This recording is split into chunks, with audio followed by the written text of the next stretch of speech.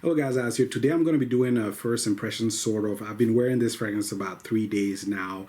It's one release that I've been really excited since the beginning of the year. Because of COVID, they couldn't release it early enough, but they finally did it. So I was excited to get releases from the house of Dixit and Zak. And then this one is under a different brand name because they're focusing on mixed media. The Dixit and Zak brand is focusing solely on natural ingredients and compositions. So Amelia mixed media available through Secondar, and then this one is called Ghaliyah Reflection. I was actually lucky enough to get a sample. I did an order through Secondar to get some oud, and it was kind enough to include a sample for me to test before deciding if this one is bottle worthy for me or not. So super excited to share my initial thoughts on this one with you guys. According to the description, it seems that they were going after a recipe called Ghaliyah.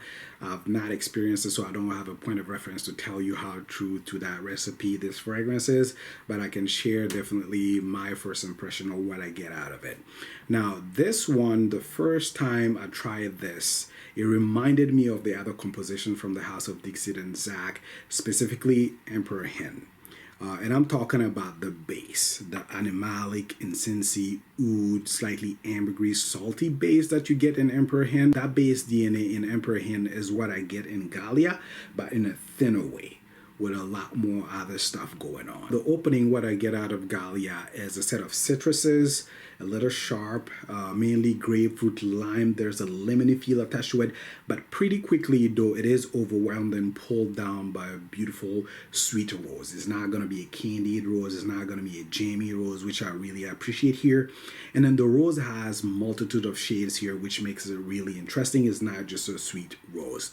So you get a tangy wine, red wine-like tinge to it.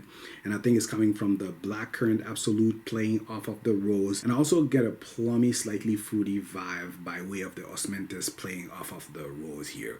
So you get a really complex, beautiful, multi-shaded type of rose here. Tangy, red wine-like, slightly plummy and fruity, but not overly fruity. With the citruses, you get something that is almost bright, but pretty quickly that brightness or light is slightly swallowed by some darker tones.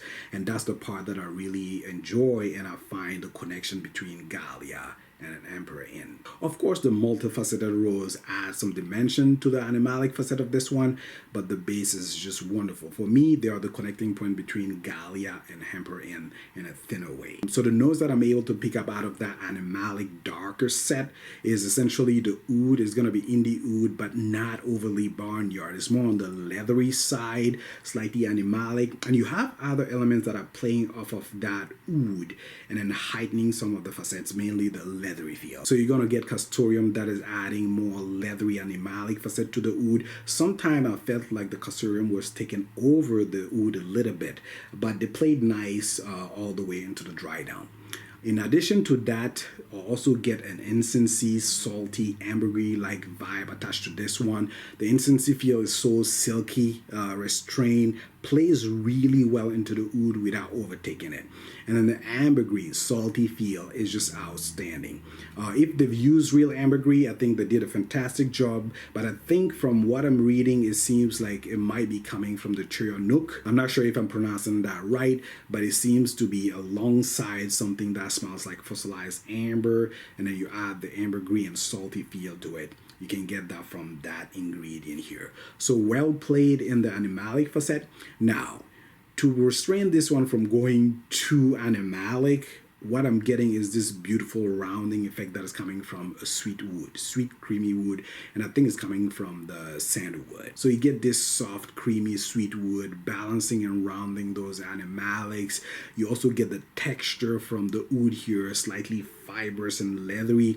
It's just outstanding. That incensey, sea breeze, salty, ambergris feel. I think it adds a beautiful signature in this composition, but you can also notice that in Emperor Hen if you love that one. Beyond that, I also get spices, mostly saffron, but it's not overly done. What I get mostly is the rose, multi-shaded, wine red-like, plummy feel attached to it. The citruses at the top that vanish pretty quickly, and then you get the contrasted animalic darker tones that are rounded with some sweet sandalwood and a light saffron spices in the background. It's really well done, easy to enjoy. The good experience for me is that before I even put my nose on this one, I thought from the description that it would be a rose oud combo, another one I know, but I'm glad to say that before I even classify it as a rose oud combo, I will classify it as a rose incense animalic. So I wouldn't classify this one as just another rose oud combo, something that is just repetitive. In my book, is something that is interesting and worth sampling. Now you have to keep in mind that this one is mixed media. That's why they have it under a different brand, Amelia here.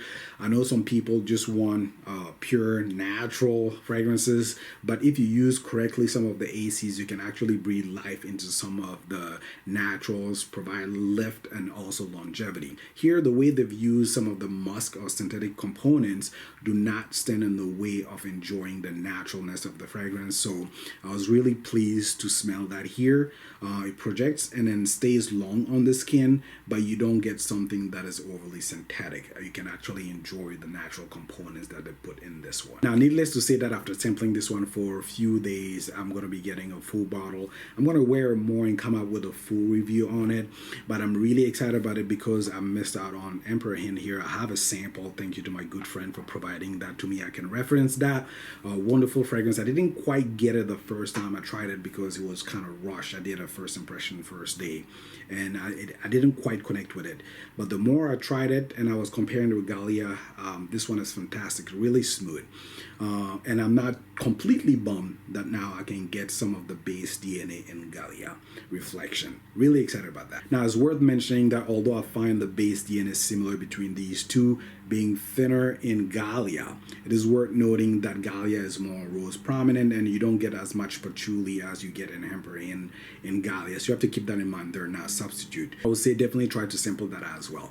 Now, in terms of situations where you can wear this one in the Western world, this one might be a little bit out there, exotic, but for connoisseurs or people that are really into artisan perfumery, this one is going to be easy to pull off. There's nothing barnyard, skanky, or weird about it that is going to make people recoil. So easy to enjoy in any type of scenario. But for me, it's something that I'll be wearing when I'm going out partying, or if I want something that is personal and I'm quiet in my own zone there and I want to just enjoy the fragrance. This is something that works really well. For season, I would say you can wear it in any season. It doesn't feel heavy. It doesn't feel too light, so I feel like it could work in colder season, but also summer. And that's it, guys. I'm curious what you guys think if you've already tried it. Do you love it? Do you see the connection and the base accord between Emperor Hint and Ghaliyah? Let me know what you think of it if you've tried it. Again, thank you for watching. Please comment, rate, and subscribe, and then take care. Bye.